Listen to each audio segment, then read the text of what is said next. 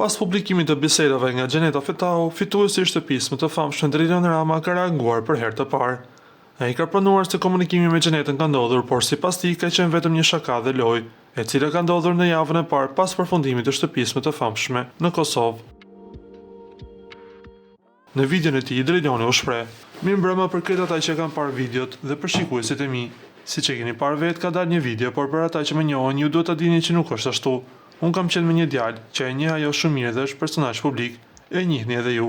Edhe ka qenë me një herë pas bikut, java e parë dhe nuk e di si më erdhi, por kam filluar të ngacmoj të luaj. Hala kam qenë bik, disi në kokë dhe kam vazhduar të luaj. E ka ditur bile që kam qenë duke luajtur, se vetë më ka thënë, mos do me dal nga rruga dhe ti me mbajt fjalën që e ke thënë në shtëpinë më të famshme, më ka ardhur ashtu që të luaj me të dhe të ngacmoj unë me atë djalin. Dhe po, ato gjëra kanë qenë vetëm fjalë. Unë rri vetëm me njerëz që i dua dhe atë njerëz që nga dita e parë nuk e kam dashur. Edhe gati kretë shqiptaria nuk e do, por ky njeri ka dëshirë të jetë në vëmendje. Gjesti nuk e dha vëmendjen, tash vjen normalisht te Driloni." Ai ka kërkuar falje për situatën e krijuar, duke pranuar se ndoshta ishte një gabim që nuk duhej ta bënte më. Prapse i kërkoi falje të gjithë atyre njerëzve që i beson ato fjalë që kanë nxjerrë nga goja, por fjalët dhe veprat janë gjëra të ndryshme. Dhe po, bëj gabim edhe unë si çdo njeri. Ishte një lojë që nuk duhet ta bëja më, sepse s'kam qenë në big. Por më erdhi ashtu sepse ishte java e parë pas bigut dhe ka përfunduar.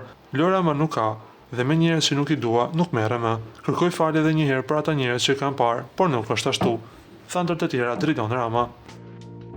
Ju lutem klikoni tek butoni subscribe për të marrë të rejat më të fundit nga showbizi shqiptar.